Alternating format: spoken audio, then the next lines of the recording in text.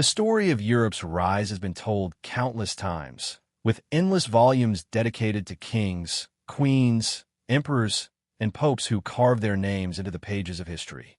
Yet, if you look closely, there are missing pieces in this carefully woven tapestry. Gaps where names should be, silences where events should be explained, and whispers of a power that moved quietly behind the visible stage. Historians speak of dynasties like the Capetians, the Habsburgs, and the Tudors, but hidden beneath their reigns lies the trace of another force, a dynasty that never declared itself openly, and yet, for centuries, may have guided the destiny of an entire continent. This is not a story of mere royalty.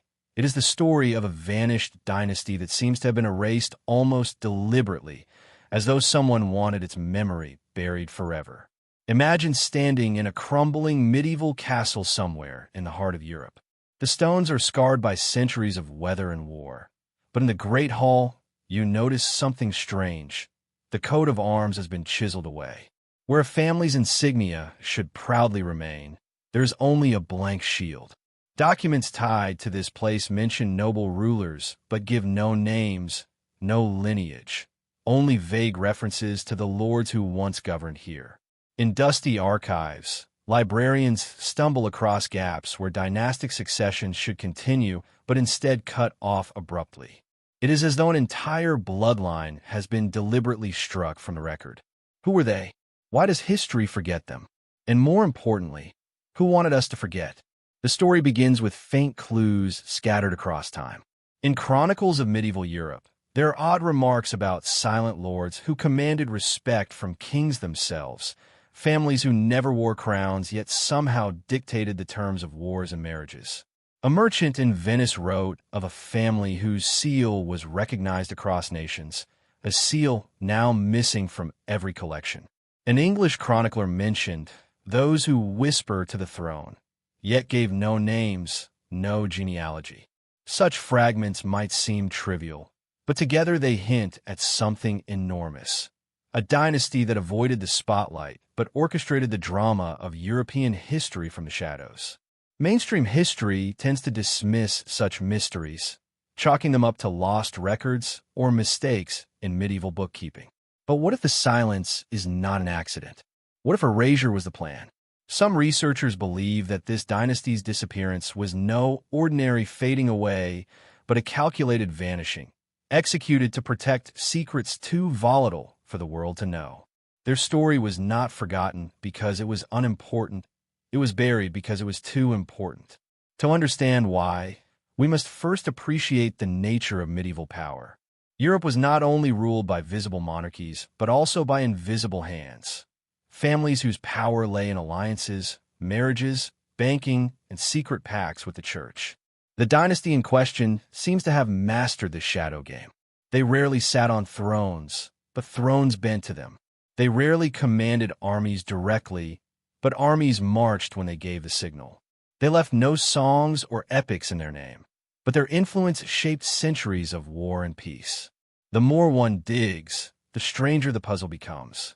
Some historians whisper that their bloodline may have stretched back to the remnants of Rome, perhaps even to older traditions carried through from antiquity.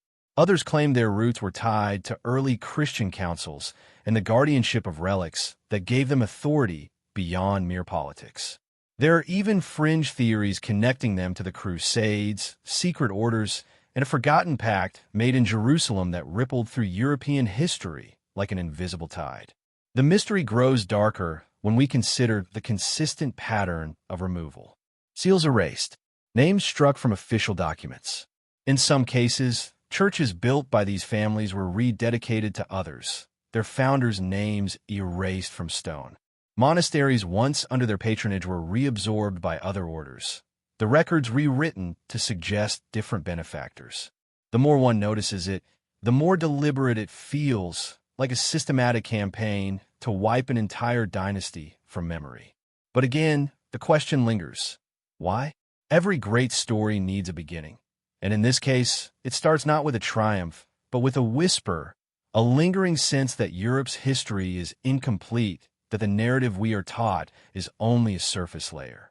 Beneath that surface lies a shadow network, a dynasty that once controlled the fate of kingdoms, yet which today is unknown to most people.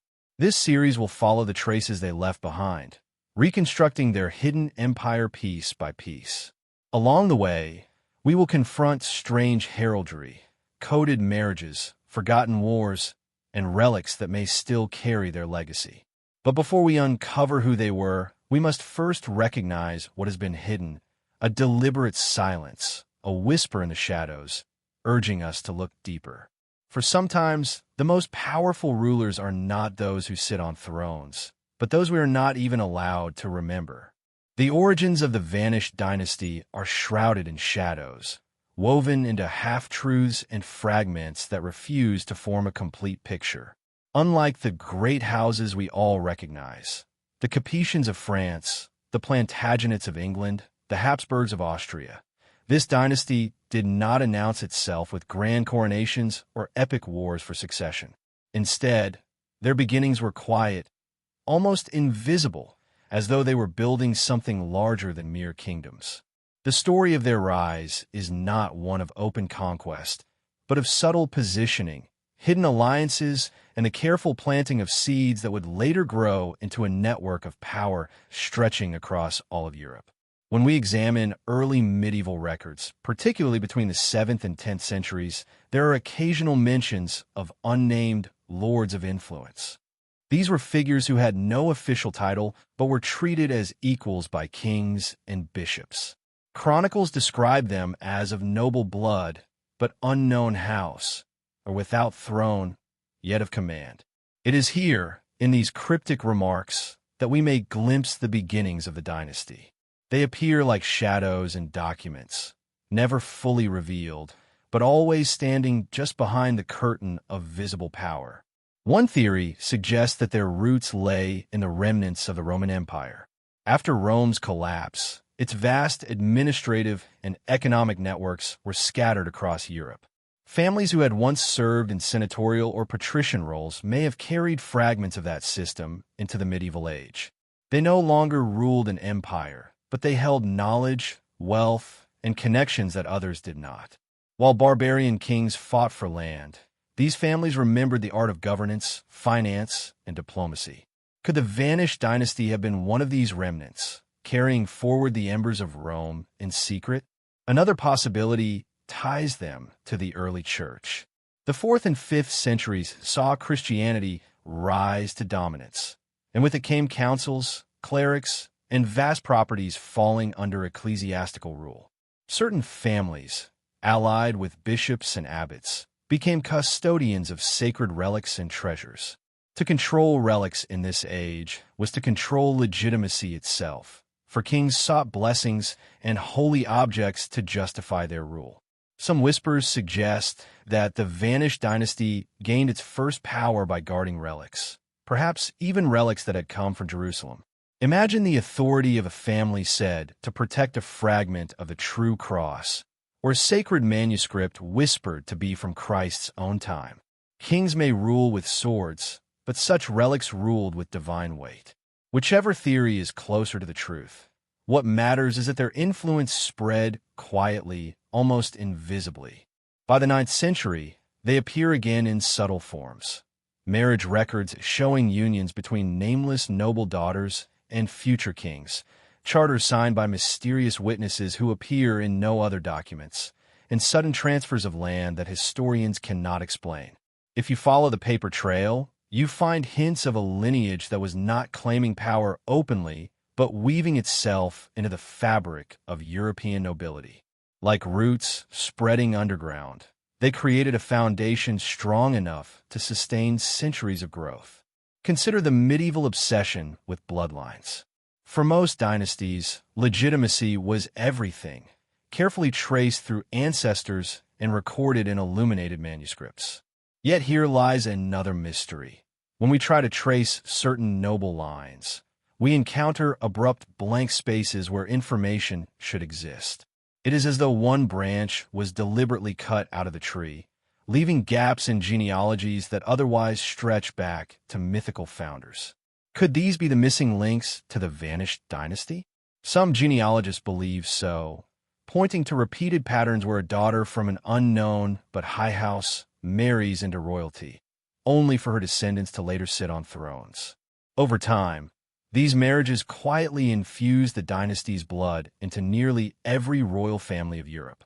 This strategy, operating not through conquest but through infiltration, gave them an advantage other dynasties lacked. Kings could be overthrown, castles besieged, crowns stolen, but blood could not be erased. By planting their lineage inside multiple houses, the dynasty ensured survival regardless of which throne rose or fell. This was the seed of their true power: invisibility. No one could declare war on them because they were not a country. No rebellion could dethrone them because they were not a king. They were everywhere and nowhere, a ghost family that ruled through others. Religious orders may also have played a role in their rise. Records of early Benedictine and Cistercian monasteries mention patrons whose identities are curiously vague, described only as friends of the house or our eternal guardians. Later, when the Knights Templar rose in prominence, rumors swirled that certain noble sponsors had granted them extraordinary privileges. Could it have been this dynasty, using monasteries and knightly orders as vehicles for power? Supporting religious institutions gave them moral authority, secrecy, and a vast network of loyal agents. By the time the Crusades began in the late 11th century, their seeds of influence had already sprouted across Europe. Kings embarking on holy wars often did so under financial arrangements and promises negotiated not just with the church, but with noble patrons who remained unnamed in chronicles. These patrons were said to provide gold, provisions, and even sacred relics to inspire the armies. They never sought glory on the battlefield, but their influence was felt in every banner raised. Some chronicles hint that without these patrons, the Crusades may never have even launched. The idea that such a dynasty could rise without ever being openly recognized may seem improbable, but that is precisely what makes the mystery so compelling. Power, after all, does not always reveal itself. In many cases, the most powerful forces in history are those that remain hidden. And so, as Europe's visible monarchs battled for crowns, a shadow lineage quietly expanded, weaving itself into the bloodstream of nations. They were never proclaimed emperors, yet emperors bowed to their wishes. They never called themselves kings, yet kings sought their approval. By the dawn of the 12th century, their seeds had matured into something extraordinary. From obscure origins, whether Roman remnants, guardians of relics, or secretive noble houses, they had established a network of influence that spanned kingdoms. Yet still, their name is absent from the histories we study today. The seeds of power had been sown, but the world would never be told who planted them. And that silence, that deliberate erasure, may be the greatest clue of all. By the time Europe entered the high medieval era, the vanished dynasty had already embedded itself deep into the bloodstream of noble families. What began as subtle alliances and mysterious patronage now transformed into something far greater: the quiet infiltration of royal thrones themselves. Unlike dynasties that declare their rule openly, this one never raised its own banner above the world. Instead, it used the oldest and most effective strategy of all: marriage. Where swords and armies might fail, bloodlines succeeded. And through calculated unions, this hidden family gradually inserted itself into nearly every major royal line of Europe, binding kingdoms together in ways that would ensure their influence for centuries. Medieval Europe was obsessed with legitimacy. A king's claim to the throne often rested less on his victories than on his lineage, carefully traced through generations. Blood was more valuable than gold, and ancestry more powerful than armies. This obsession created the perfect cover for the vanished dynasty. By marrying into royal houses, they ensured that their blood flowed invisibly through Europe's nobility.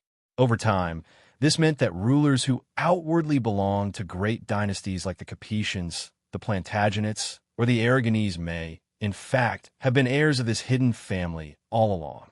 Genealogists who attempt to map these medieval family trees often stumble upon strange anomalies. A royal marriage will record a queen or consort described simply as of noble birth, but house unrecorded. In other cases, the genealogy will trace cleanly back through generations of kings and dukes, only to stop abruptly at a single ancestor marked as unknown. These gaps are not isolated. They appear repeatedly across different nations, different centuries, almost as if the missing names belong to the same erased lineage. It is a pattern too consistent to dismiss as coincidence. Consider the marriage strategies of the age. When Eleanor of Aquitaine wed Henry II of England, their union shaped the future of both France and England for generations. When Isabella of Castile married Ferdinand of Aragon, their union created the foundation of modern Spain. Throughout European history, marriages created empires. But hidden within these grand unions are quieter marriages, lesser known to the public, where daughters of unknown houses married future kings or emperors. These obscure unions are often glossed over by historians, but when examined closely, they may reveal the fingerprints of the vanished dynasty. One chilling detail emerges when examining the spread of their supposed bloodline. By the 13th century, if one were to map the genealogical connections of European royalty, nearly every throne could be linked by blood to these shadowy unions. France, England, Spain, the Holy Roman Empire, even the courts of Scandinavia and Eastern Europe shared this common thread. It is as though the dynasty had planted its roots so deeply that no crown could escape its grasp. Whether a kingdom rose or fell, whether dynasties flourished or collapsed, their lineage endured. They were, in a sense, Europe's eternal rulers, wearing the masks of different families, but always present. The dynasty's mastery of disguise went beyond marriage. They also excelled in manipulating succession. Medieval Europe was riddled with contested thrones, rival claims, and disputed inheritances. In many cases, a forgotten claimant would suddenly emerge with just enough legitimacy to claim a crown. Where did this legitimacy come from? Often from marriages arranged generations earlier, marriages that traced back to this hidden family. It is as if they were planting seeds not just for immediate power, but for future claims, ensuring that decades later, when a crisis emerged, their bloodline was perfectly positioned to seize advantage. Take, for example, the peculiar succession of the Holy Roman Empire. The empire was technically elective, with powerful princes choosing each emperor. Yet across centuries, the position seemed to fall repeatedly into the hands of families who, upon closer inspection, shared common bloodlines with each other. Was this mere coincidence? Or was it evidence of careful planning, orchestrated by a dynasty ensuring their influence no matter which house appeared to rule? Even in England, where the wars of succession were brutal and chaotic, the hidden hand can be glimpsed. The War of the Roses, for instance, is usually told as a battle between the houses of Lancaster and York. But deeper genealogical research reveals that both houses carried bloodlines from obscure noble unions.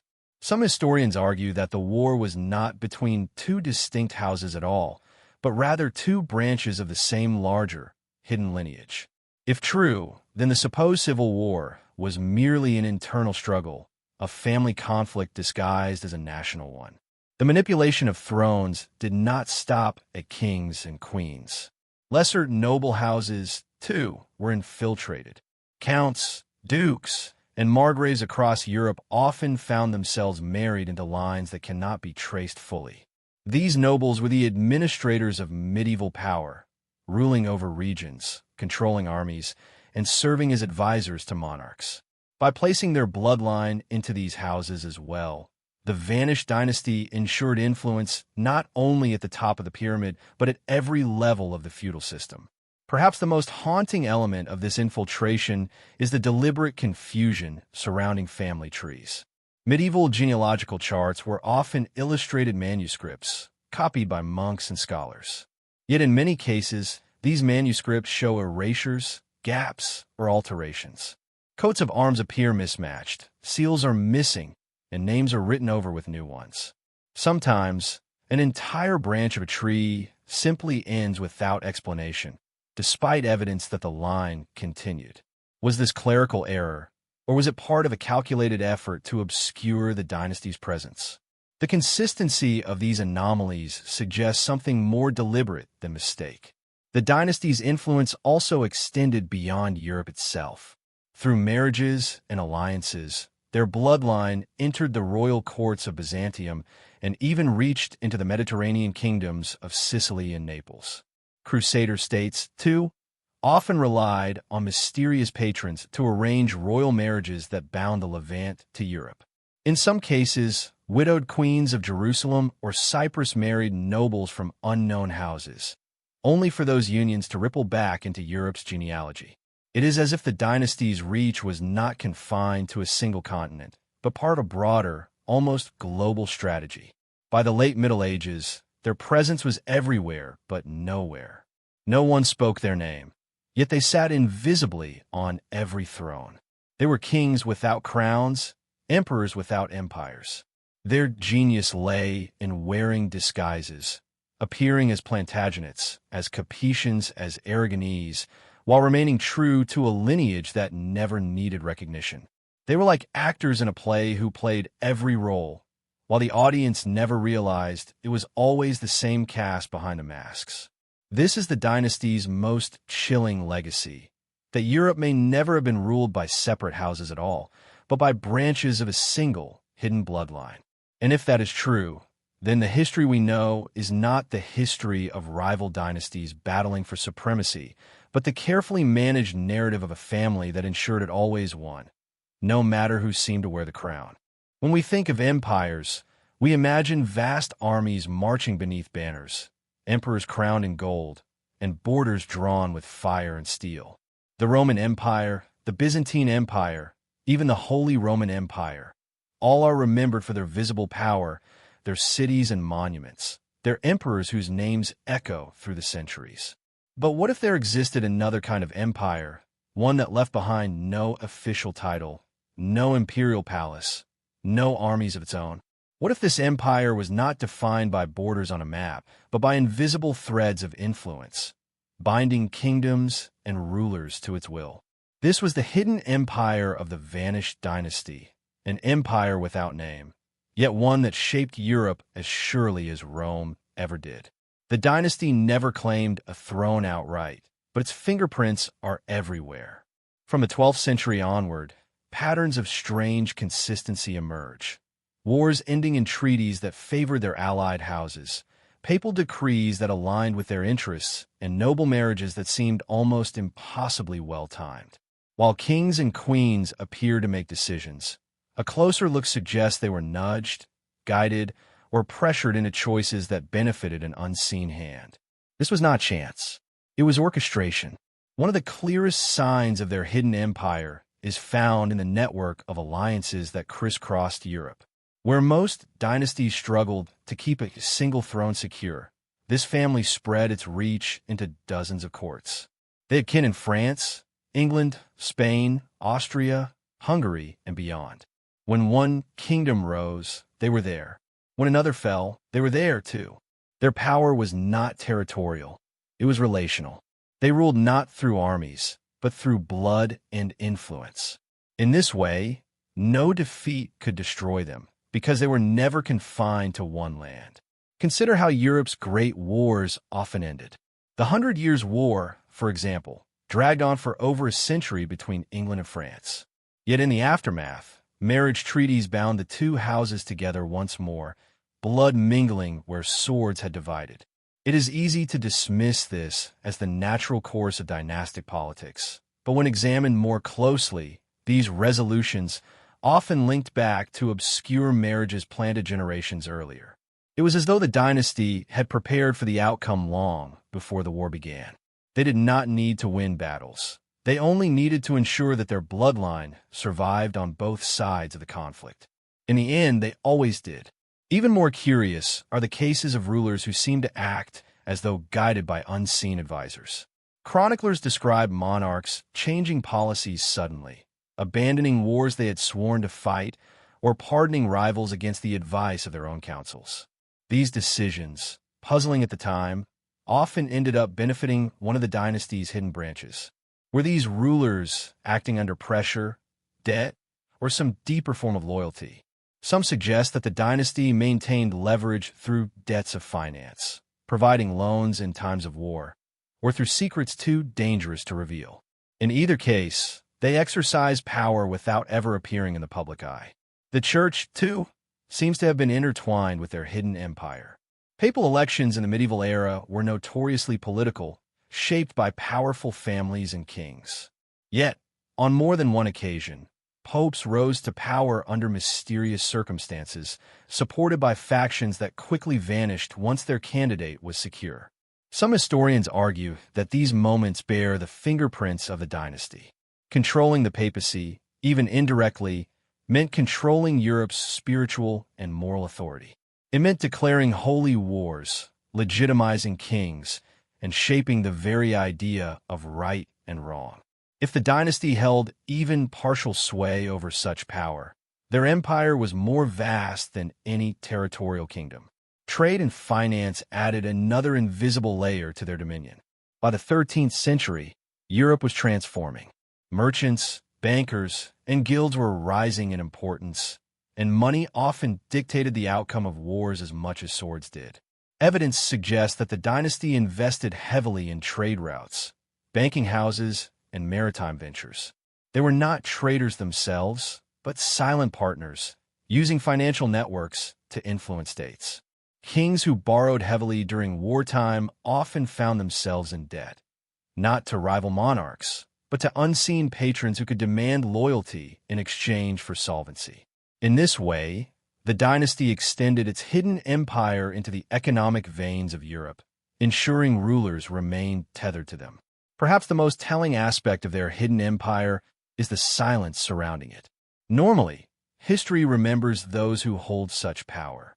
The Medicis of Florence, the Fuggers of Augsburg, the Habsburgs of Austria, all are celebrated or condemned for their influence. But this dynasty left behind no such recognition. Instead, they exist only as shadows, erased seals, blank genealogies, vanished archives. This silence is not natural, it is deliberate. The more one studies it, the more it feels like erasure, as though someone carefully combed through centuries of history, plucking out their name while leaving the traces of their influence behind. And that raises the most unsettling question of all. Who had the power to erase them? Their hidden empire was not an empire of cities or castles. It was an empire of loyalty, of blood, of quiet debts, and invisible alliances. Kings believed they ruled, but in truth, they were pieces on a board, moved by unseen players. Wars were fought, but their outcomes only strengthened the dynasty's position.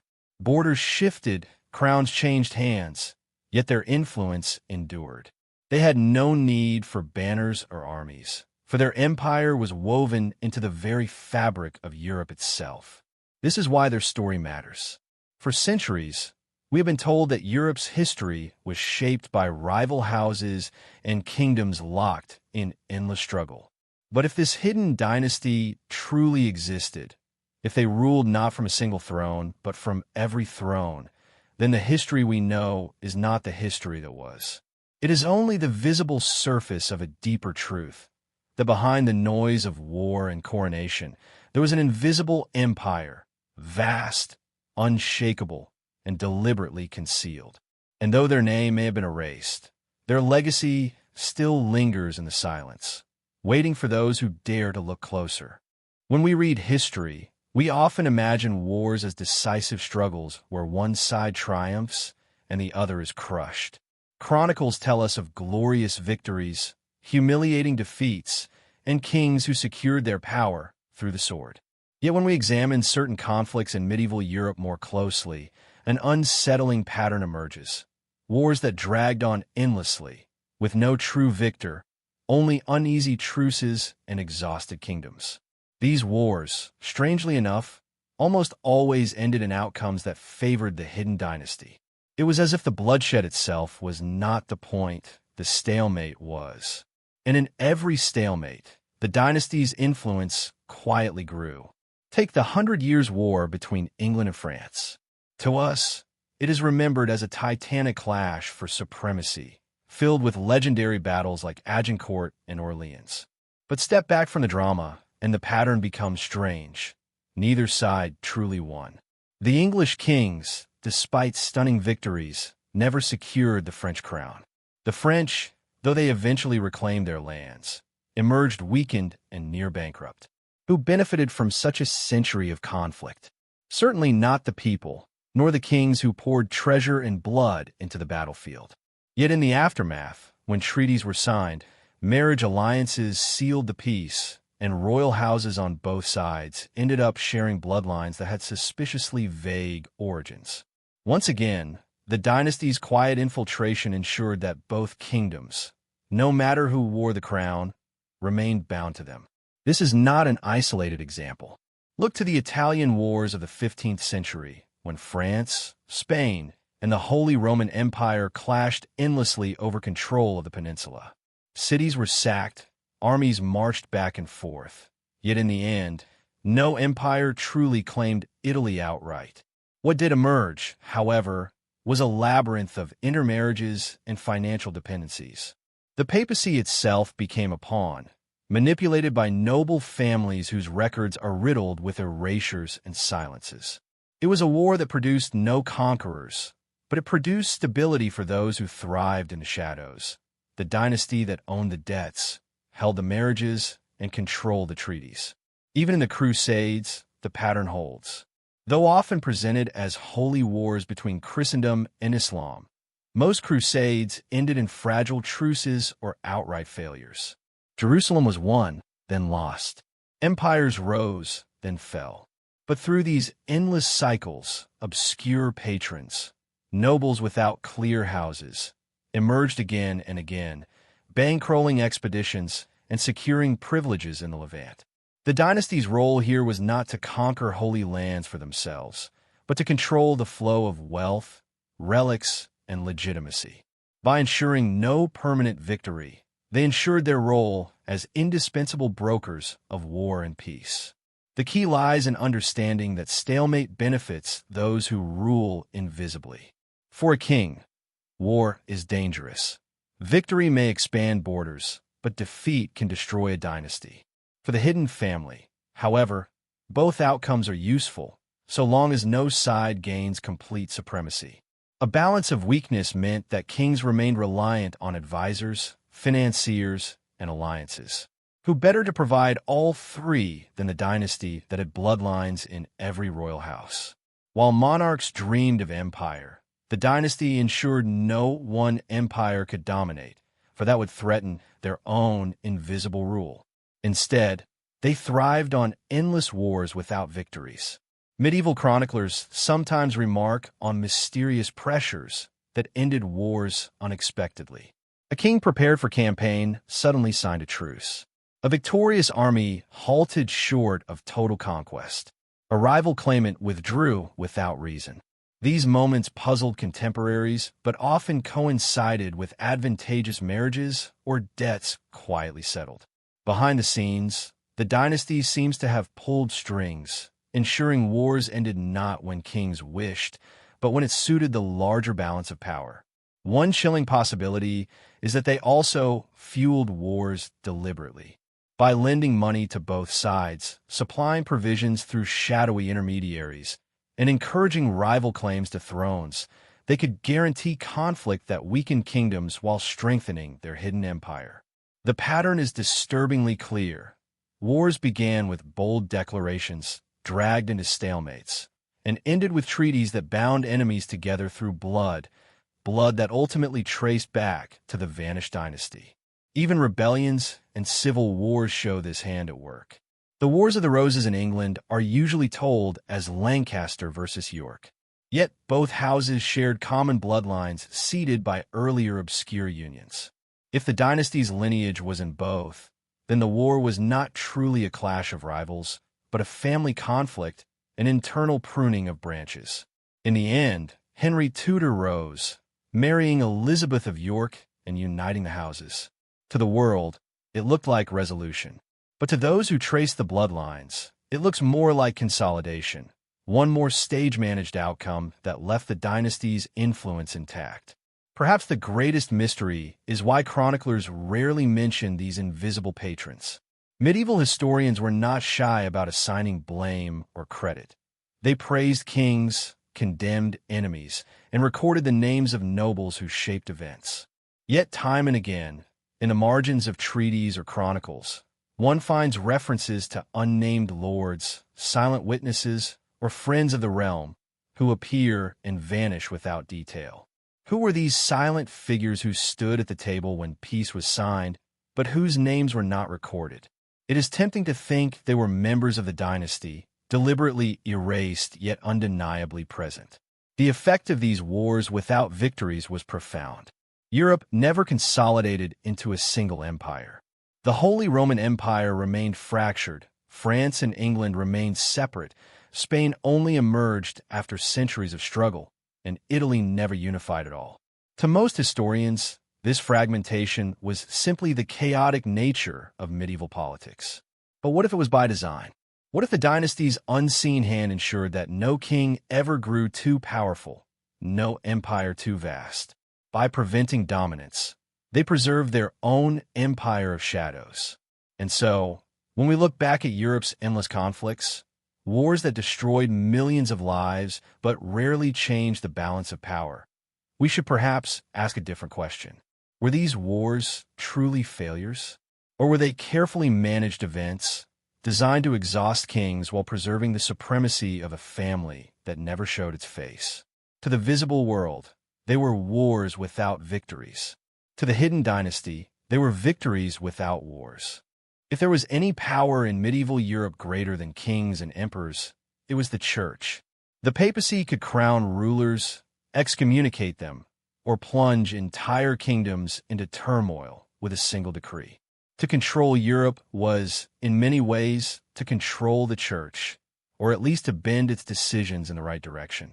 The vanished dynasty seemed to understand this better than anyone, and their hidden empire extended deep into the sacred halls of Christendom. Their fingerprints, faint but persistent, appear in the politics of bishops, the sudden rise of obscure cardinals, and the papal decrees that so often favored their bloodline's interests. From the 10th to the 14th century, the papacy was notorious for corruption and manipulation. Kings bribed popes for legitimacy, emperors clashed with pontiffs over investiture, and noble families openly fought to place their own candidates on the papal throne. Yet every so often, amid the noise of this chaos, certain figures appear, clergy of uncertain origins who suddenly rose to immense power. These men often had ties to noble families with blank genealogies, the same kind of anomalies that mark the dynasty's presence elsewhere. Was it chance that so many of these mysterious clergymen appeared at decisive moments in European history? Or was it part of the dynasty's strategy, placing its hidden sons not on thrones of gold, but on thrones of God? Consider the strange case of Pope Innocent II, who rose from relative obscurity to one of the most powerful papacies of the 12th century. His support came from alliances that spanned France, England, and the Holy Roman Empire, binding rival powers together behind his name. Chronicles tell us he owed his election to secret patrons, though no one dares name them. Those unnamed patrons ensured that papal decrees during his reign legitimized marriages and successions that suspiciously strengthened certain dynastic connections. If the vanished family was behind this, then they did not simply influence kings, they influenced the very voice of God on earth. The Church's wealth was another crucial key. Monasteries and bishoprics controlled vast lands, often richer than noble estates. To endow a monastery was to secure loyalty, influence, and safe havens for one's heirs. In abbeys across France, Spain, and the Rhineland, records show land grants from benefactors described only as Dominus Nobilis Incerti Domus, a noble lord of uncertain house. Time and again, these nameless patrons appear, gifting land to monasteries that, in turn, sheltered their descendants or guarded their relics. Through such gifts, the dynasty secured both influence and silence. Monks owed them loyalty, and monks wrote the chronicles that recorded or erased history. The relationship between the dynasty and the church may also explain the mystery of their erasure. Who else but the church had both the means and the authority to suppress names, destroy documents, and rewrite genealogies? If the dynasty was too powerful to oppose openly, perhaps the church struck a bargain: erasure in exchange for obedience. By removing their name from official records, the church allowed the dynasty to exist in the shadows, a compromise that let both powers coexist. But this silence came at a cost. Posterity would forget, even as the dynasty continued to shape events. There's also the matter of the Crusades. The church declared them holy wars, but financing and manpower came largely from nobles. Here again, the dynasty seems to appear. Some of the earliest Crusader knights bore obscure lineages, yet wielded immense resources. Chroniclers describe them as strangers of great wealth, who supplied armies at critical moments. Where did their riches come from? And why did they vanish from records once the campaigns ended? One possibility is that they were agents of the dynasty, using the Crusades not only to extend their influence into the Holy Land, but also to acquire relics and treasures that further cemented their power within the church. Perhaps most chilling is the possibility that the dynasty did not merely cooperate with the church, but infiltrated it. There are whispers of bishops who carried the dynasty's secret symbols in their seals, abbots who swore loyalty not only to Rome, but to an unnamed brotherhood, and even suggestions that entire monastic orders, particularly those connected to banking, such as the Cistercians and later the Templars, served as instruments of the dynasty's agenda. If true, then the dynasty did not stand outside the church manipulating it. They were inside it, steering it from within. By the late Middle Ages, Europe's spiritual and temporal powers were hopelessly entangled. Kings could not rule without papal blessing, and popes could not act without noble support. Standing invisibly between them, the dynasty thrived. They were the mediators no one spoke of, the hidden thread weaving the sacred and the secular into one tapestry. Their power was doubled, royal thrones on one side, holy altars on the other. And still, their name remained absent, erased from parchment, their identity sealed behind blank shields and broken genealogies. This was perhaps their greatest triumph, to command both crown and cross without ever appearing in the light. Kings were remembered, popes were canonized, but the dynasty that bound them together was forgotten. Except for the faint traces they left behind, the whispers that still echo in the silence of cloisters and the gaps of history books. In medieval Europe, the most powerful weapon was not the sword, it was the marriage bed. Kingdoms rose and fell on the bonds of matrimony, and alliances were sealed not only by treaties, but by children. To understand the vanished dynasty's control, one must look not at armies or battles, but at genealogies, the tangled webs of blood that bound rival thrones together. Here, hidden in the pages of family trees, the dynasty's strategy becomes visible. They did not conquer by force, they conquered by lineage. Every major dynasty in Europe, from the Capetians of France to the Plantagenets of England, from the Habsburgs to the Angevins, faced succession crises. These crises, at first glance, appear as accidents of history. Kings dying young, heirs lost to disease, rival claimants rising unexpectedly. But patterns emerge when one looks closer. Again and again, at moments of instability, obscure figures with uncertain ancestry appear, conveniently marrying into ruling houses and producing heirs.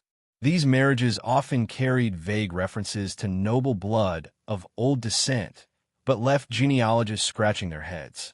Who were these shadowy nobles? Many suspect they were branches of the vanished dynasty, seeded deliberately into royal lines. The Wars of the Roses in England offer a striking case. York and Lancaster tore the realm apart in bloody conflict, but both houses could trace elements of their bloodline back to murky unions generations earlier. To most, this was coincidence. To others, it was by design. Two branches of the same hidden family, set against one another so that, regardless of outcome, their blood would rule. And when the Tudor line rose, marrying York and a Lancaster, it seemed a natural resolution, but it may just as well have been consolidation. The dynasty's blood had eliminated rivals and strengthened itself in the process. France offers another example. The Capetians, and later the Valois, secured their continuity through marriages to lesser nobles whose names often disappear in records. These wives and mothers, half forgotten by chroniclers, nonetheless carried blood that linked French kings to rulers of other lands. The result was a network so intricate that by the late Middle Ages, nearly every major throne in Europe was related by some degree of kinship. Historians call this the family of kings, but if the dynasty had orchestrated these unions, then it was not a family of kings at all. It was one hidden family ruling through kings. The dynasty's method relied on patience. Unlike ambitious conquerors, they did not seek immediate control. Instead, they wove threads across generations, ensuring that their bloodline flowed silently into every ruling house. Once their blood was inside a dynasty, time itself worked in their favor. A king without heirs might suddenly leave the throne open to a cousin or distant relative, conveniently, one carrying the dynasty's blood. In this way, they claimed crowns without ever appearing to claim them. The Church, of course, played a crucial role in legitimizing these unions. Papal dispensations for marriages between distant cousins were granted with suspicious regularity, often for unions that benefited the dynasty's hidden network. Again, one wonders, were these merely papal politics, or were unseen hands ensuring that no bloodline in Europe remained untouched? Even more revealing are the anomalies. In many genealogical records, we find erasures, names left blank, mothers unrecorded, or sudden insertions of figures described simply as a noble lady. Such omissions are not accidents. Medieval chroniclers were meticulous, especially when it came to royal lineages. To erase a name required intent. Who had such power? Likely the same force that sought to conceal its presence, the dynasty itself. To hide a mother's name was to hide her family, and to hide her family was to erase the proof of infiltration. The dynasty's web of blood extended beyond Europe. Marriages into Byzantine, Iberian, and even Crusader states connected east and west. Some scholars believe that through these unions, the dynasty gained not only influence, but also access to relics and trade routes. Their network was not confined by geography. It was a living net stretched across Christendom, tightening with each generation. By the 15th century, this web had grown so complete that it is nearly impossible to find a royal house untouched by it. Kings who went to war against one another were, more often than not, distant cousins. Queens carried blood that linked rival dynasties together. Successions that seemed miraculous. An obscure cousin inheriting a throne against all odds suddenly look less miraculous when viewed through the lens of this hidden lineage. It is tempting to dismiss all this as coincidence, the natural entanglement of Europe's nobility. But coincidences lose their innocence when they repeat so consistently. Too many unnamed mothers, too many erased fathers, too many conveniently placed nobles of old descent. The dynasty's method was simple, subtle, and devastatingly effective. By weaving themselves into every bloodline, they became unerasable, even as their name vanished. Their face could be forgotten, but their blood could not. Thus, while kings wore crowns and popes wore mitres, the dynasty wore none of these. Their true crown was invisible, carried in veins, passed from parent to child. It is perhaps the most perfect form of conquest that does not need armies, only patience. And in that patience, their hidden empire thrived. Among the many avenues through which the vanished dynasty exerted influence, none was more subtle and yet more enduring than their mastery over knowledge itself. While kings wielded swords and popes wielded authority, the dynasty understood that true power could be secured through information. Who knew what, when, and how? They cultivated a network of custodians, scholars, monks, cartographers, alchemists, and secret societies, tasked with preserving, interpreting, and, when necessary, manipulating knowledge. Through them, the dynasty could shape events without ever stepping into the light, ensuring that the flow of information favored their designs and concealed their presence. In the medieval and early Renaissance world, knowledge was both rare and valuable. Manuscripts were hand-copied and jealously guarded. Libraries were small and controlled by religious or noble institutions. Into this landscape stepped the dynasty's agents, ensuring that certain texts were preserved, others hidden, and that the right interpretations reached the right hands. They did not merely protect information, they curated reality. A chronicle might appear to recount events objectively, but subtle insertions or omissions could shape perception. A map might depict a forest or a mountain incorrectly to obscure a hidden route. A religious manuscript might emphasize one prophecy over another, guiding belief in ways that serve the dynasty's strategic goals. One of the dynasty's most fascinating tools was their use of monastic orders and cloistered scholars. Abbeys across France, Germany, and Italy serve as repositories of rare manuscripts, maps, and relics.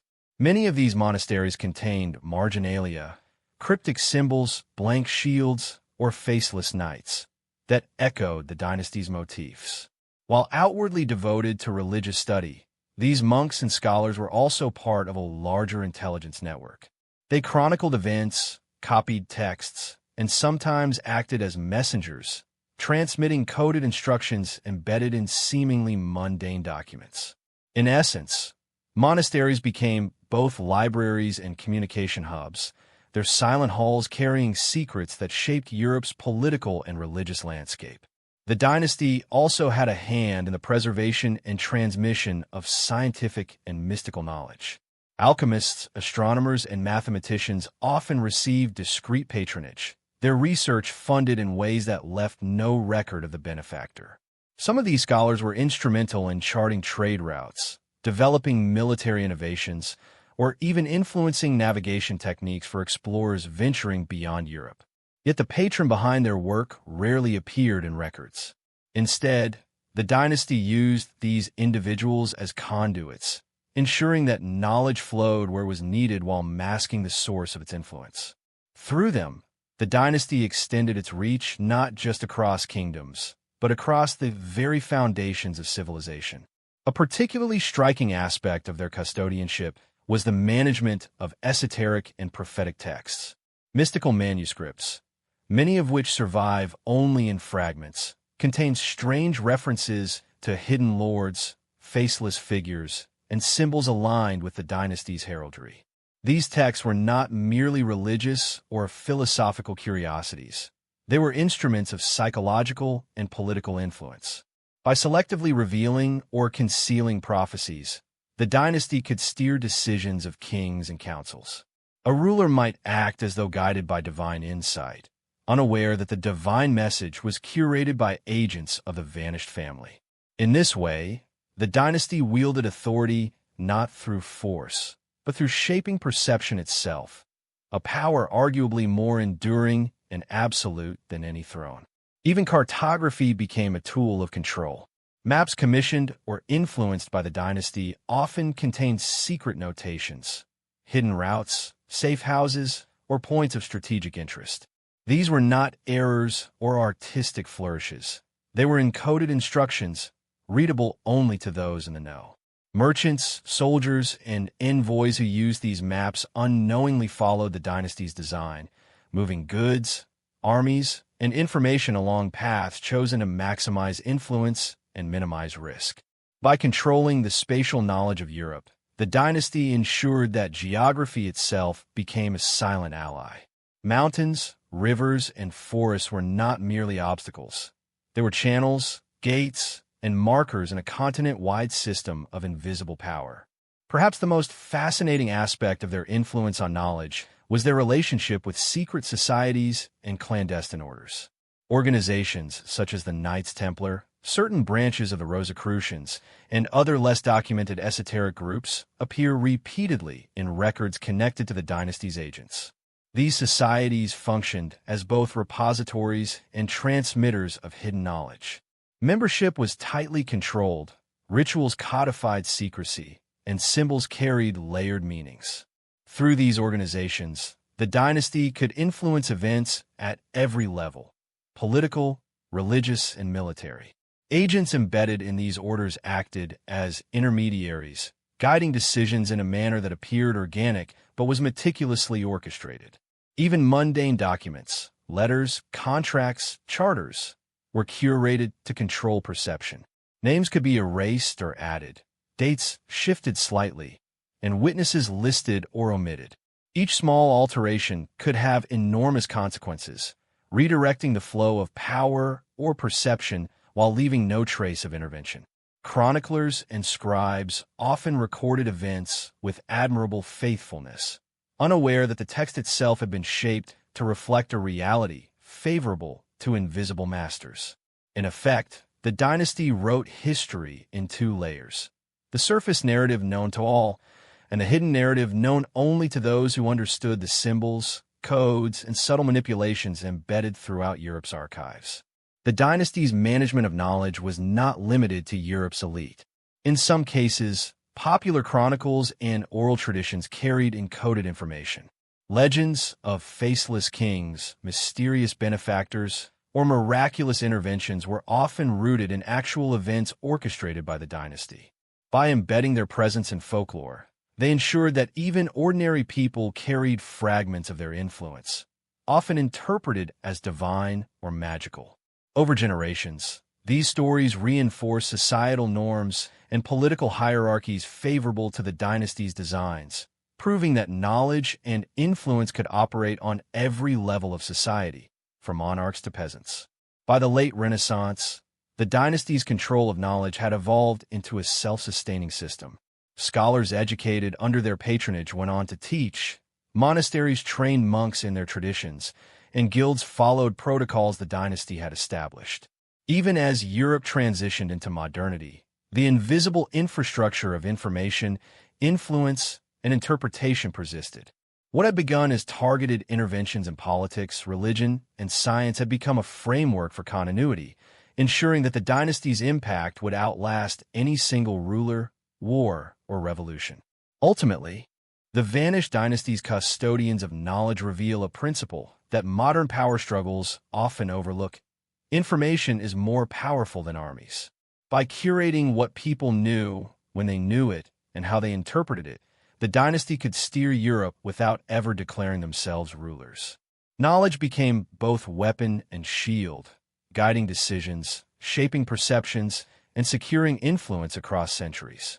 Their brilliance lay in understanding that control of the narrative, the unseen currents of thought, belief, and information, was more enduring than any conquest achieved through violence or recognition. The dynasty's invisible empire survives in these hidden channels. Manuscripts, maps, prophecies, and encoded legends are not relics. They are evidence of a long-term strategy of influence.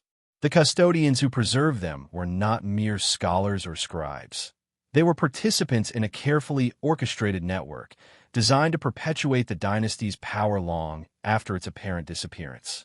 In every hidden margin, blank shield, and cryptic symbol, the echoes of their design remain, reminding us that history is as much shaped by what is unseen as by what is recorded.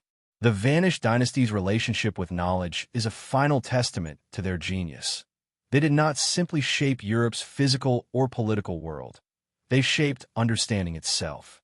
By controlling information, preserving secrets, and guiding perception, they ensured their presence endured invisibly, quietly steering the course of history while leaving almost no trace of themselves.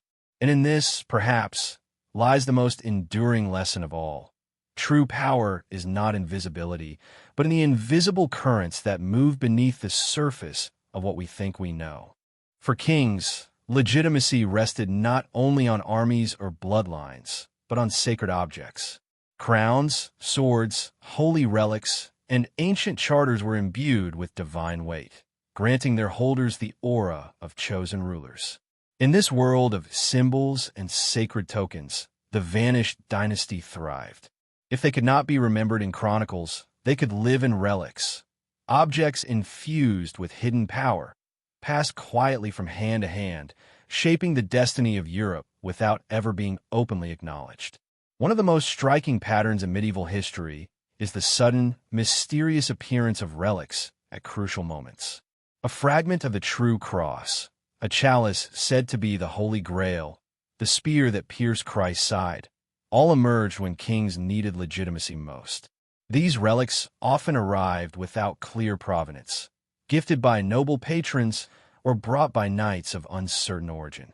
Again and again, they appeared in the possession of rulers whose lineages show the fingerprints of the hidden dynasty. Was this coincidence? Or did the dynasty control the flow of relics, bestowing them upon kings they wished to strengthen and withholding them from those they sought to weaken? The Holy Lance of Vienna is a chilling case. Said to be the spear that pierced Christ, it surfaced in the hands of the Holy Roman emperors, who claimed their right to rule by its divine authority. But how did it reach them? Chronicles speak vaguely of a noble family in Burgundy that guarded it before transferring it to the emperor.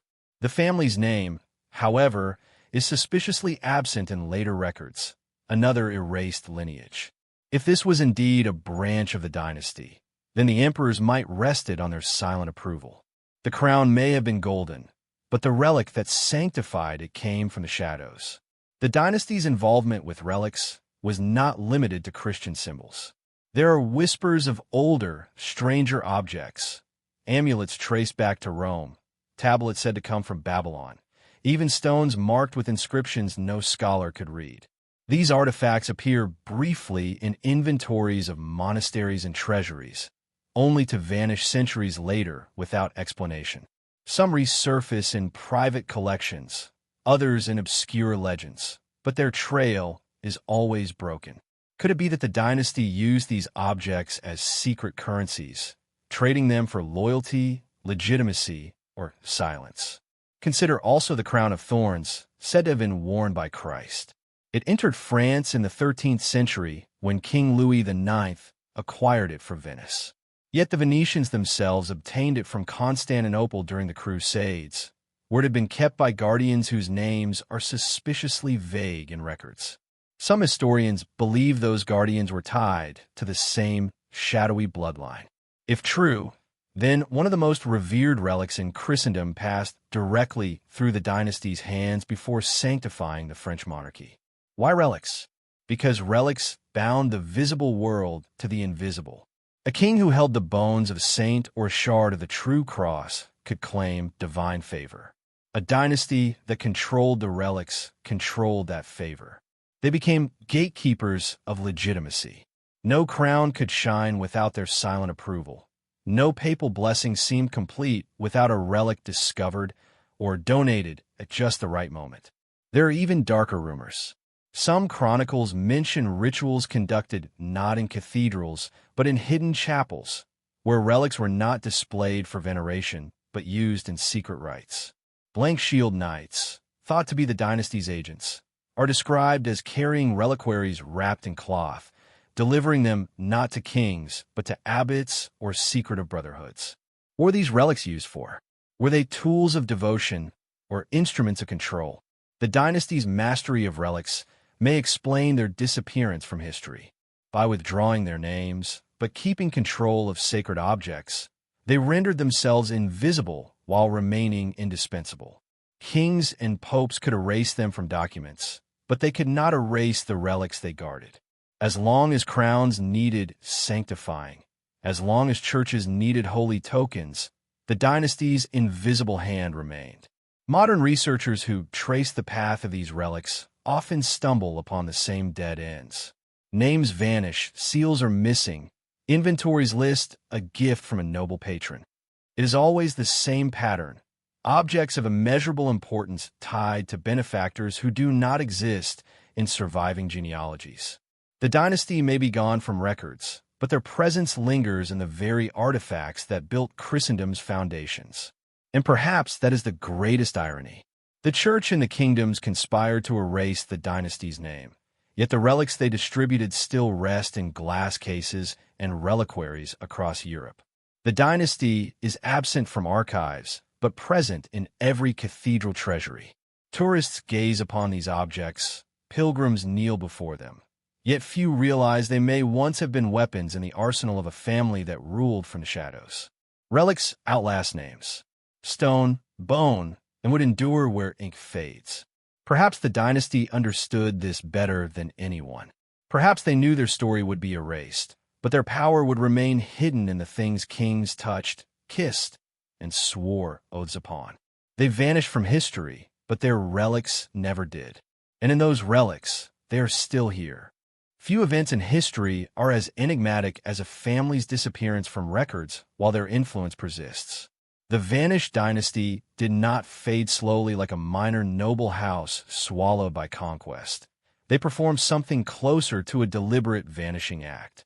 One moment, they were shaping kingdoms, controlling marriages, and distributing relics. The next, their names were gone, their heraldry erased, their tombs left blank or destroyed. And yet, the impact of their presence continued to ripple across Europe for generations. This vanishing act was not mere accident. It was strategy, an ultimate demonstration of power disguised as absence. The first clue lies in the sudden cessation of mentions in chronicles. Families of immense influence, whose members had served as advisors, generals, and bishops, abruptly disappear from records. Royal charters, once full of their signatures or witness marks, begin to omit them entirely. Genealogists note gaps where entire lines of descent should exist. What could prompt such a coordinated erasure across multiple regions? It seems too precise, too consistent to be mere coincidence. Scholars have speculated about political purges, deadly rebellions, or excommunication. Yet there is little evidence of mass deaths or scandals that would explain such wholesale disappearance. The conclusion, however uncomfortable, becomes increasingly plausible. The dynasty deliberately erased itself. Why would a family with such power choose to vanish? The answer may lie in the very nature of their empire, invisible, relational, and reliant on secrecy. Visibility brings vulnerability. Names carved into stone, recorded in chronicles, or emblazoned on banners invite envy, rebellion, and assassination. By removing themselves from the written record, the dynasty ensured that no rival could target them directly. They became untouchable, omnipresent but unseen, a force that could continue shaping Europe while appearing to have vanished entirely. In essence, they transformed absence into a form of ultimate security. Physical evidence of this vanishing act is scattered but telling. Tombs once belonging to members of the dynasty are unmarked or misattributed. Castles show deliberate gaps in heraldic displays. Even in churches where they had endowed lands or relics, plaques, effigies, and inscriptions are missing or obscured. In some cases, blank shields stand in place of traditional coats of arms, a recurring motif in their history.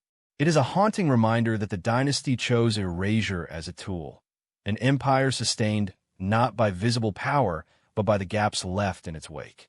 Equally intriguing are chronicles and diaries written centuries later that hint at the dynasty's influence while failing to name them.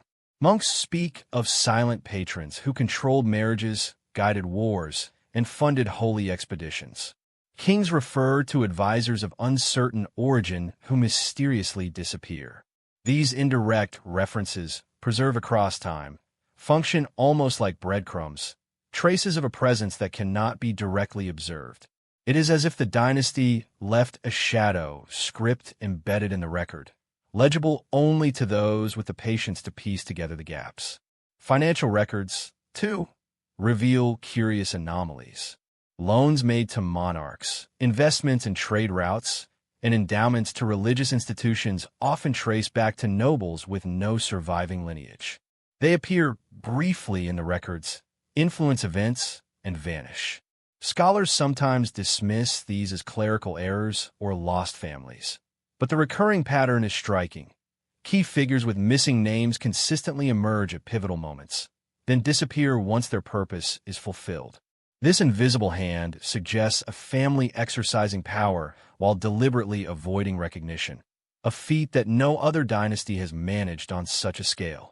Some theorists suggest that the dynasty's vanishing was also political theater, a calculated strategy to manipulate perception. By removing themselves from view, they forced kings, queens, and even the church to fill the vacuum with their own assumptions, unknowingly carrying out the dynasty's designs. Wars would be fought, alliances made, and relics moved, all under the impression that no single family orchestrated events. In reality, the dynasty remained the silent director behind the scenes, their absence paradoxically amplifying their control. Perhaps the most fascinating aspect of their disappearance is its enduring mystery. Unlike families that fall from power and are absorbed into history, the vanished dynasty remains a puzzle. Their erasure is total yet incomplete. Their blood continues in royal lines. Their relics still sanctify crowns, and their symbols, blank shields, intersecting circles, faceless knights, linger in plain sight. Historians can trace influence, but cannot name the architects. They vanished, yet they endure, a testament to the power of invisibility. The dynasty's vanishing act is more than historical curiosity. It is a lesson in strategy, patience, and the nature of power. They demonstrate that influence need not be overt to be absolute, that survival can be secured through absence as effectively as through conquest. While kingdoms rose and fell, wars raged, and popes were crowned, the dynasty persisted, untouchable, unseen, and unrecorded, shaping the course of Europe while leaving only whispers in the archives. Their disappearance may be the ultimate proof of their genius. They mastered not only the art of ruling, but the art of being forgotten. And in that paradox, power without presence, legacy without recognition, they achieved what no visible empire could: immortality through erasure. From the earliest centuries of Europe's recorded history, rulers and nobles alike paid heed to signs, omens, and prophecies. Wars were delayed for eclipses, coronations timed by celestial events, and dynastic decisions guided by visions interpreted by mystics. In this hidden world of symbols and foresight, the vanished dynasty found another avenue of influence, one that transcended armies, marriages, and relics. They embedded themselves not only in political and religious structures, but in the very spiritual imagination of the continent. Their presence was whispered in prophecy, hinted at in omens, and encoded in texts few dared to read. The prophecy of Merlin, most famously associated with the kings of Britain, contains curious passages of lords unseen and bloodlines hidden yet eternal. Scholars often dismiss these lines as poetic embellishment, but when examined in context with Europe's medieval genealogies, the parallels are striking. The prophecy describes an invisible hand guiding events, shaping kings and wars without revealing itself. Could these passages reference the vanished dynasty, whose methods align uncannily with the idea of unseen power? It is an uncomfortable possibility, suggesting that even in legend, they had already begun to shape perception centuries before chroniclers could record their deeds. Other prophecies, like the Cumaean Sibyl's visions in Italy, were interpreted by noble houses as omens of legitimacy and divine favor. The dynasty seems to have had a knack for positioning itself in alignment with such mystical currents. Knights and abbots connected to them were known to carry texts of prophecy, consulting them before arranging marriages, funding campaigns, or moving relics. By claiming insight into the divine plan, they could justify decisions that served their hidden agenda, making kings and queens appear as instruments of fate rather than subjects of manipulation. Astrological records provide further evidence. In certain courts, astrologers were consulted to select auspicious dates for battles, treaties, and marriages. Many of these astrologers were connected to families whose genealogy is otherwise lost to history, often appearing briefly before vanishing from the record. Their guidance consistently favored outcomes advantageous to the dynasty, suggesting that celestial charts were not simply predictive but strategic, tools of influence wielded by those who understood how to read the skies and bend their interpretation to human ends. The dynasty's connection to prophecy also extends to mystical orders and secret societies. Chronicles of the Knights Templar and the Cistercian order hint at clandestine meetings where sacred texts and relics were studied for hidden knowledge. Some researchers theorize that the dynasty infiltrated these orders, using their esoteric knowledge to orchestrate events from behind a veil. While the Templars and other orders are often framed as militant or monastic, they also served as repositories of information, maps, relics, and coded manuscripts. The dynasty, ever invisible, could have used this intelligence to steer Europe's fate while remaining unrecorded.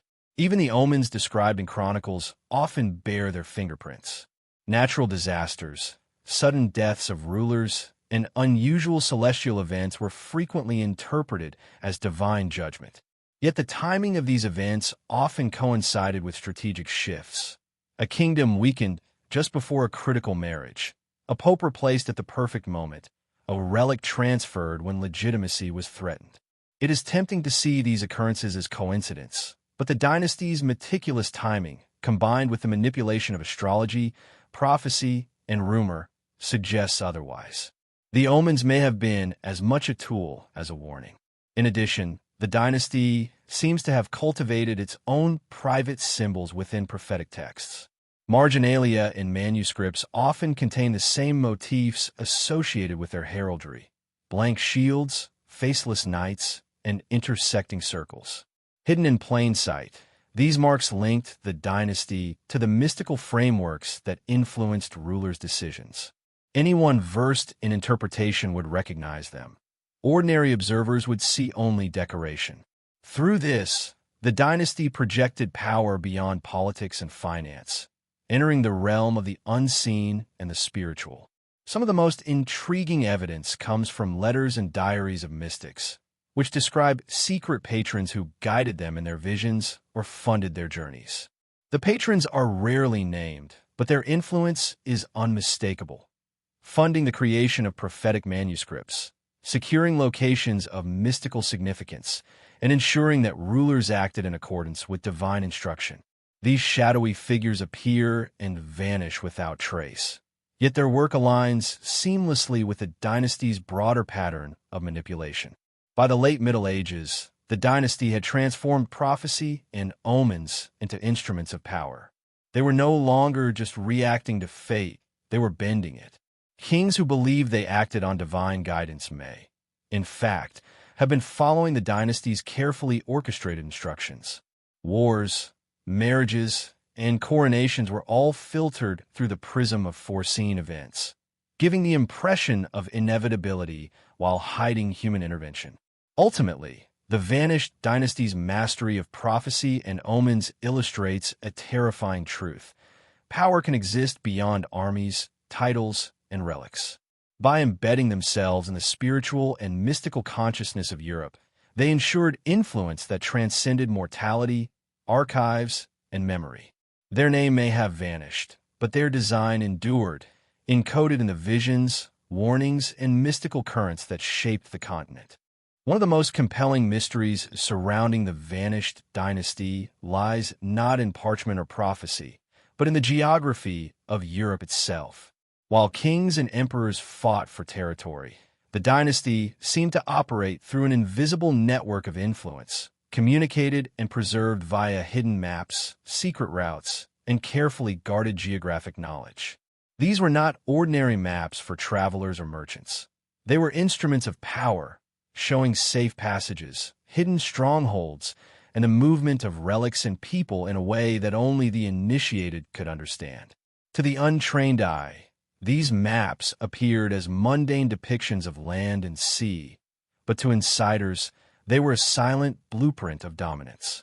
Several examples point to this hidden network.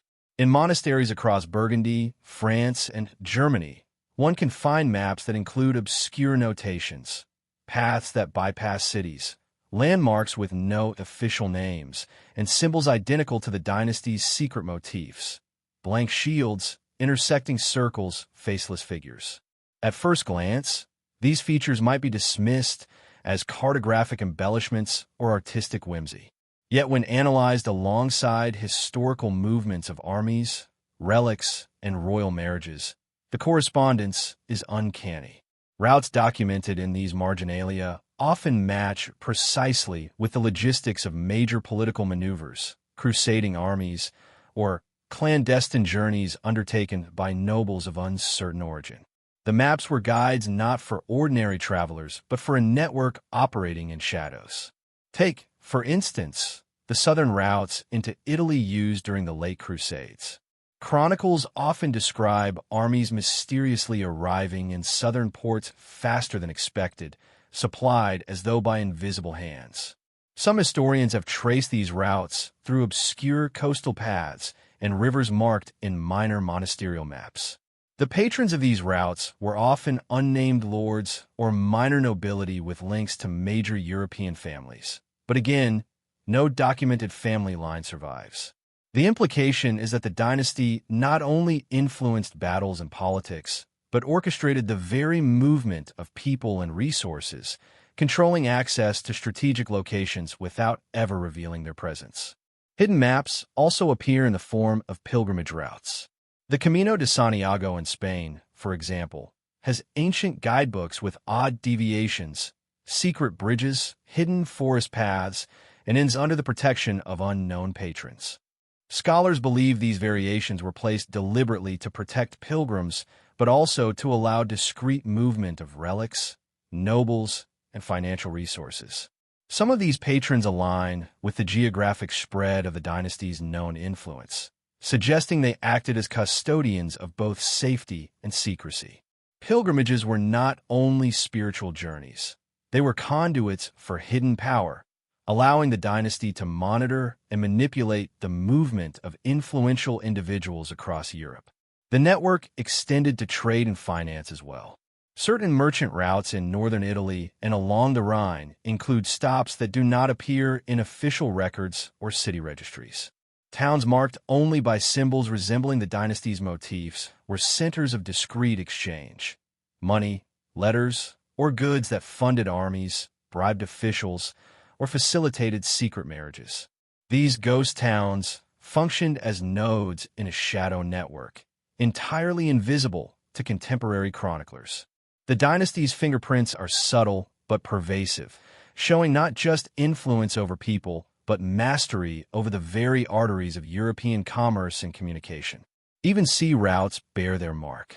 The Mediterranean was a stage for constant conflict between kingdoms, city-states, and empires. Yet the dynasty's agents managed to move treasures, relics, and nobles along paths that seem almost miraculous in hindsight. Ports that were supposedly under strict control of one power show evidence of clandestine access for agents whose names appear nowhere in naval or city records.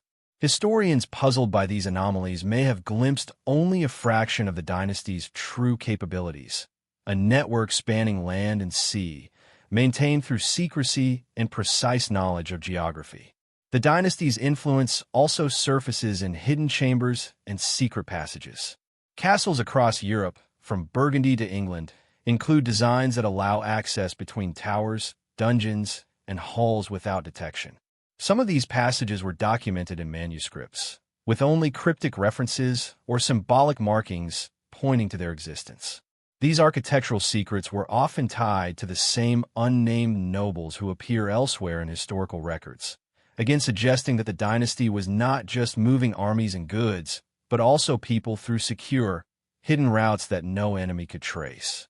One of the most astonishing implications of these maps is their longevity. Unlike ephemeral armies or temporary alliances, geographic knowledge endures. Routes carved into stone, marked in manuscripts, or whispered through guilds could persist for decades, even centuries. The dynasty understood this. Maps and secret passages allowed influence to survive long after individual members had vanished. Generations later, descendants or trusted agents could still navigate Europe's complex political landscape using knowledge the rest of the world had forgotten. Some scholars have proposed that these maps were also symbolic, containing hidden codes or keys to understanding broader political strategies. The faceless knights, blank shields, and intersecting circles repeated across manuscripts may not only mar geography, but indicate allegiance, safe houses, or timing of events. The dynasty's approach to power was thus not brute force, but intellectual, logistical, and strategic, controlling Europe not only through marriages, relics, and finance, but through knowledge of space itself. In essence, the dynasty's network of hidden maps and secret routes allowed them to orchestrate history without ever being seen. Armies marched, kings married, relics were moved, all according to designs known to few. They became a force that operated in 3 dimensions, across land, through water, and within the minds of those who interpreted signs and symbols. Their empire was invisible but functional, silent but effective, a testament to a level of foresight few other families could achieve. By the time the 15th century arrived, much of Europe's political and religious landscape had been shaped by these hidden pathways. Kings and popes believed themselves in control, yet the dynasty's influence moved along secret routes they could never see. Even today, remnants of these paths, obscure trails, hidden bridges, and forgotten tunnels, hint at the invisible threads of power that once guided an entire continent. The vanished dynasty did not merely rule. They mapped the stage on which all others performed, leaving trails that only the keenest observers could follow. In this way, geography itself became a tool of secrecy, strategy, and dominion. Through hidden maps, secret routes, and silent control of movement, the dynasty ensured that their power was ubiquitous yet unseen, shaping the fate of Europe while leaving almost no trace. Their vanishing act was complete, not through disappearance alone, but through absolute mastery of space, movement, and knowledge. By the time Europe emerged from the chaos of the late Middle Ages, the vanished dynasty's influence had left subtle but indelible marks on the continent's political, religious, and cultural landscape. Kings no longer ruled as independent sovereigns. They were enmeshed in a network of hidden loyalties and obligations, many of which traced back to the dynasty's shadowy interventions. Even as monarchies consolidated, wars ended, and churches codified their power, the unseen family continued to shape events from behind the curtain, leaving faint fingerprints that historians have struggled to trace. One of the clearest ways their influence persisted was through the continuity of bloodlines. By embedding themselves in the royal houses of Europe centuries earlier, they ensured that nearly every major dynasty carried a fragment of their lineage. The Habsburgs, Valois, Plantagenets, and Tudors. All these houses had marriages that, on the surface, appeared politically convenient. Yet many of these unions involved obscure figures whose origins have been deliberately obscured, often erased from records. Through these secret inheritances, the dynasty ensured that their genetic and strategic presence survived long after their names vanished. Even in the rise of the Bourbon and Stuart dynasties, one can trace indirect threads of this hidden lineage influencing succession crises, territorial disputes, and political alliances. Equally important was their manipulation of religious authority and patronage.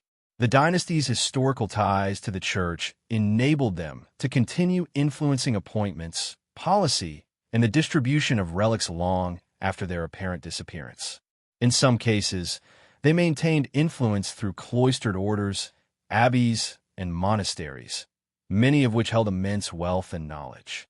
For example, during the Reformation, monasteries that had served as secret repositories of the dynasty's influence were targeted by reformers, suggesting that their presence was recognized as strategically significant, even if the family itself remained invisible.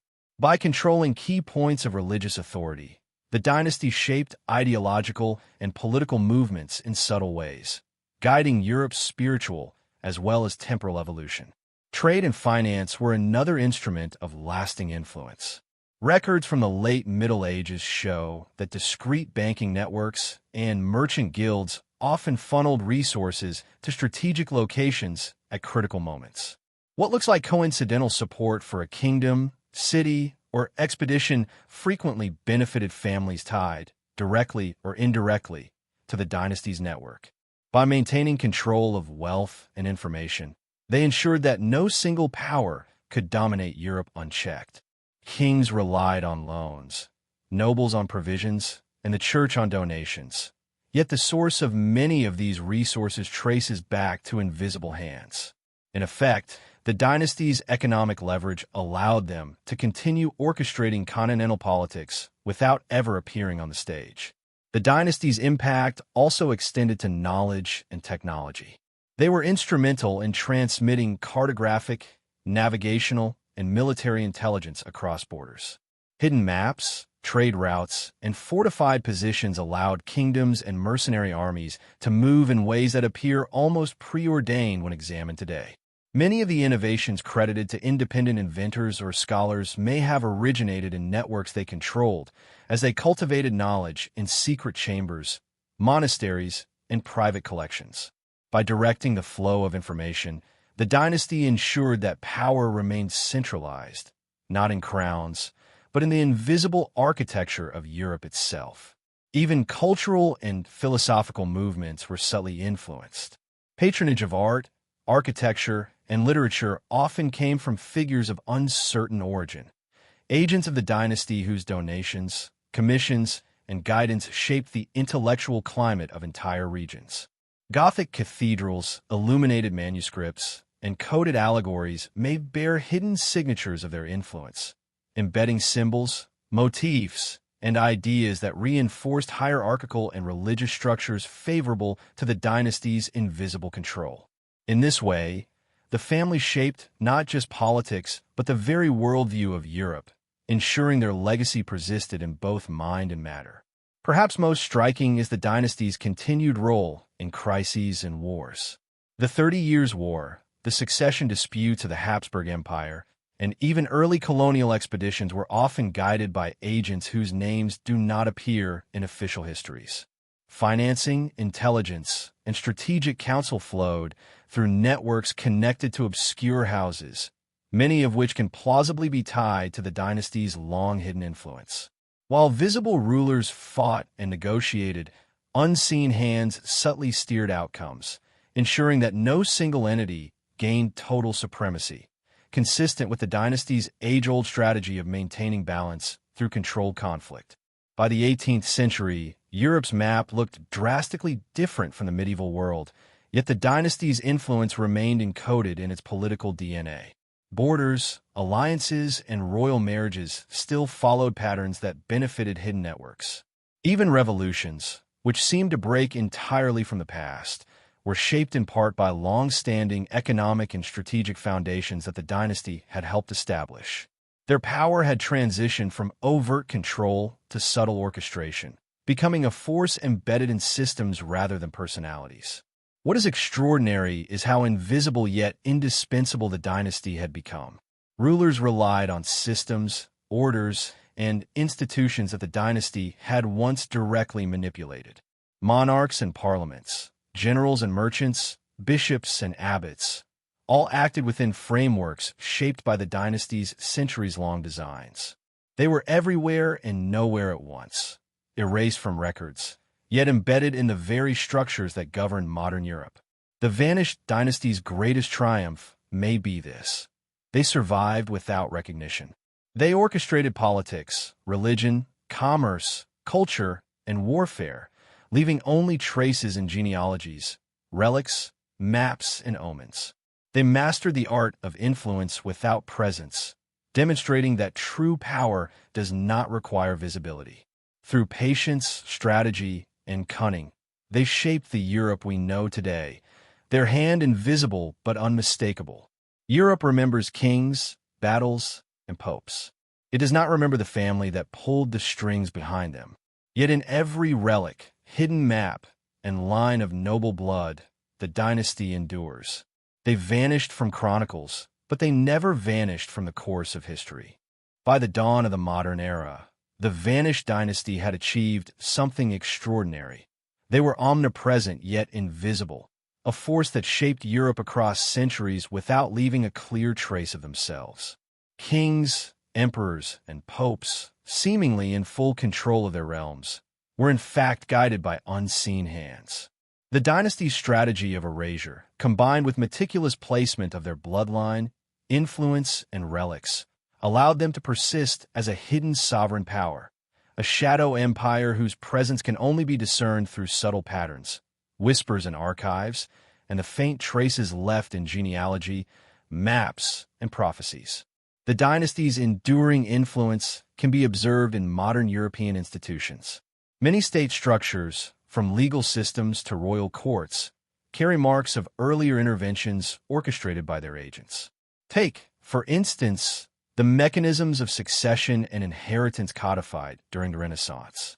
Legal scholars often attribute the development of primogeniture and complex inheritance laws to pragmatic governance. Yet closer inspection reveals these laws frequently solidified the influence of families with obscure or erased lineages. Scholars have long noted the anomalies, estates and titles passing through individuals whose origins were suspiciously vague, marriages sanctioned by the church despite obscure ancestry, and alliances that seemed coincidental but consistently reinforced the dynasty's hidden web. The dynasty's designs had, in essence, become law, an invisible framework ensuring that power remained aligned with their legacy. Religion continued to serve as a vector for influence. Even as the Reformation fractured Christendom, the dynasty's agents appear to have guided the movement of sacred relics, ensured the loyalty of key monasteries, and influenced the selection of bishops. Catholic and Protestant alike were affected. The dynasty's fingerprints could be detected in the strategic relocation of relics, secretive endowments to theological institutions, and the quiet patronage of scholars who shaped doctrinal interpretation. By controlling sacred artifacts and theological authority, they wielded moral and spiritual influence in a Europe increasingly fragmented by ideology. Trade and finance were another critical tool for maintaining invisible power. By the 17th and 18th centuries, the dynasty had embedded themselves within merchant guilds, banking networks, and mercantile families whose influence extended across borders. They could fund military campaigns, sway political alliances, or stabilize kingdoms through the allocation of financial resources, all without ever appearing on the stage of power. In essence, the dynasty transitioned from rulers of territories to rulers of the invisible currents of influence, money, information, and opportunity. Even Europe's wars bore their imprint. While generals and monarchs appeared to direct strategy, certain campaigns consistently followed routes, secured resources, or achieved outcomes that modern analysis reveals were improbable without prior coordination. Secret maps, hidden passageways, and trusted intermediaries facilitated the movement of troops, supplies, and intelligence. Agents of the dynasty, often appearing in records only briefly under titles like a noble lord of uncertain house, orchestrated operations that shaped outcomes in ways that preserved their long-term influence while remaining invisible. Battles were not just fought on fields but on maps, in archives, and through subtle manipulations of timing and opportunity. The dynasty also influenced culture, philosophy, and science. Their patronage of artists, architects, and scholars left a quiet imprint on the intellectual and spiritual life of Europe. Cathedrals, manuscripts, and coded allegories often contain motifs or messages that reinforce social hierarchies, spiritual authority, and moral paradigms favorable to the dynasty's network. Knowledge became both shield and weapon. Controlling information allowed the dynasty to guide thought and ideology as effectively as they guided armies or marriages. Their influence thus extended into the collective imagination of Europe, shaping how people understood their world and their place within it. Perhaps most astonishing is the dynasty's role in modern political events, even beyond the Renaissance. Historians have noted that certain key transitions, the rise and fall of monarchies, unexpected succession crises, and the emergence of constitutional frameworks, cannot be fully explained by visible actors alone. Patterns suggest that agents of the dynasty, now operating through intermediaries, banking networks, and secret societies continued to exert influence long after their name disappeared. Wars, treaties, and royal marriages often unfolded in ways that preserved the dynasty's invisible hand. Their strategy of vanishing had allowed them to become a timeless force, operating across centuries while leaving only faint traces in human memory and archives. Even in contemporary Europe, there are echoes of the dynasty's enduring shadow. Many royal houses, religious institutions, and cultural legacies continue to carry the marks of hidden influence. Unexplained alliances, obscure inheritances, and the persistence of certain traditions and relics whose origin is shrouded in mystery. Scholars studying genealogies, historical patterns, and the movement of sacred objects have begun to recognize that Europe's political and spiritual framework is not solely the product of visible rulers, but also of invisible, persistent design. It is as though the dynasty created a network of influence that transcends time itself, ensuring that their legacy cannot be eradicated, even if their names are forgotten. The genius of the dynasty lies in their paradox. They were both everywhere and nowhere. By removing themselves from the historical record, they protected themselves from rivals, enemies, and the scrutiny of posterity. By embedding their blood, influence, and artifacts throughout Europe, they ensured that their power would endure indefinitely. Their empire became a system of influence, rather than a collection of territories or crowns, a network that survived through secrecy, strategy, and foresight. Ultimately, the vanished dynasty demonstrates that true power does not require recognition. Their story, preserved only in shadows, relics, and subtle patterns, challenges conventional understanding of history. While kings and popes receive the credit, or blame, for Europe's transformations, the dynasty remained invisible, yet indispensable. They are proof that influence, patience, and secrecy can achieve a level of control that overt rule cannot. Even today, in archives, genealogies, relics, and hidden maps, their shadow persists, a silent sovereign of Europe whose presence endures precisely because they learned the art of vanishing. The eternal shadow of this family reminds us that history is not only written in ink and stone, but in absence and silence. Power does not always announce itself. Sometimes it moves unseen, like a ghost threading through centuries, shaping the destiny of continents while remaining untouchable, unrecorded, and unforgettable in effect, if not in name. History has always been written by the victors, or so the saying goes. But what if the greatest victor of them all was never written about? As Europe grew, fractured, bled, healed, and redefined itself across the centuries, the presence of one dynasty, vanished in name but eternal in influence, lingered behind every throne, every council chamber, and every battlefield. They were the shadow victors, rulers of absence, sovereigns of silence.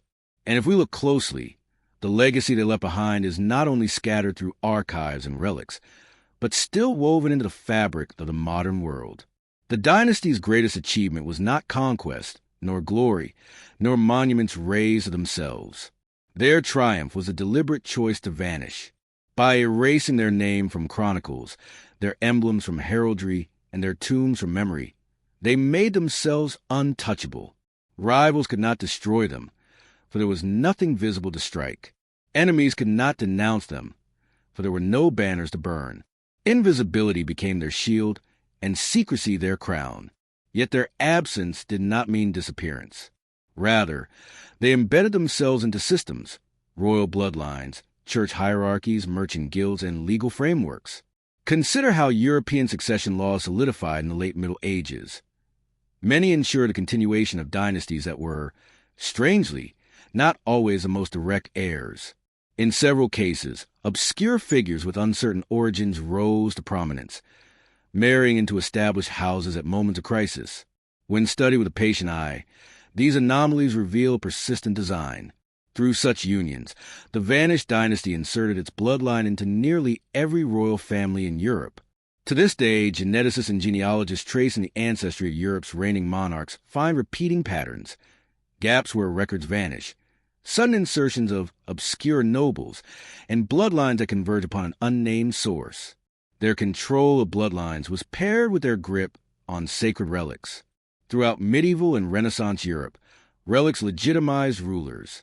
A king who held the crown of thorns or the Holy Lance was not merely a ruler by inheritance, but by divine favor. Time and again, these relics appeared at pivotal moments in the hands of dynasties allied, often silently, with the vanished family's interests. Even when Reformation shattered Christendom and revolutions overturned monarchies, the relics endured, hidden away in vaults, monasteries, or private chapels. Each one bore the faint echo of an unseen hand, ensuring it fell into the right possession. Power was not only inherited or seized, it was sanctified, and the dynasty understood that better than anyone. Their influence in religion went further still. During the centuries when the papacy commanded kings and dictated the spiritual fate of Europe, the dynasty's network threaded through abbots, bishops, and cardinals. Many records of conclaves contain unexplained silences, names of powerful churchmen who emerged suddenly into influence, only to disappear again without explanation. These figures often acted decisively in elections, excommunications, and crusades. When historians attempt to follow their trails, they encounter dead ends. Charters unsigned, letters missing, seals scraped away. The dynasty's deliberate erasure was not only of themselves, but of those who served them. What remains is a pattern, a hollow outline where a power once stood but left no name behind. The Wars of Europe. 2. Reveal the dynasty's fingerprints. They never sought decisive victory, only balance. By ensuring no single empire, whether Habsburg, Bourbon, or Ottoman, could dominate uncontested, they preserved a fragile equilibrium that kept their hidden influence indispensable. A strange feature of many wars is their abrupt halts. Treaties signed under sudden, unexplained pressures or battles avoided because one side inexplicably withdrew. Behind these moments may have been letters carried by anonymous envoys, debts called in by silent bankers, or threats whispered in closed chambers. The dynasty thrived not in victories but in stalemates, in the gray areas where both sides weakened but the hidden family remained steady. If their political and spiritual influence was vast, their cultural legacy was no less haunting. Across Gothic cathedrals and illuminated manuscripts, subtle symbols recur: circles without centers, shields without emblems, faceless knights kneeling before unmarked tombs. Architects placed these motifs into stone. Scribes drew them in margins. Composers wove them into chants and scores. For centuries, people dismissed them as ornament, but taken together, they form a symbolic language of invisibility, a celebration of power unclaimed, of sovereignty without crown. Even in art, the dynasty spoke through absence, reminding posterity that their influence was to be felt, never seen. Yet perhaps their most remarkable contribution was in reshaping the very idea of power. Before their age, rulers sought glory in monuments, inscriptions, and conquests. They measured success in visibility. The vanished dynasty inverted this. For them, survival meant silence. Triumph meant erasure. Their philosophy was that the less one is seen, the more one can endure. By disappearing, they became timeless. By refusing fame, they achieved a kind of immortality no stone statue or golden crown could guarantee. Today, historians study ruins of kings who were once mighty but now are forgotten. But the dynasty that erased itself cannot be forgotten because they were never recorded in the first place. Their absence itself keeps them alive, like a riddle that cannot be solved. What then is their legacy for the modern world? First, in the persistence of Europe's royal houses.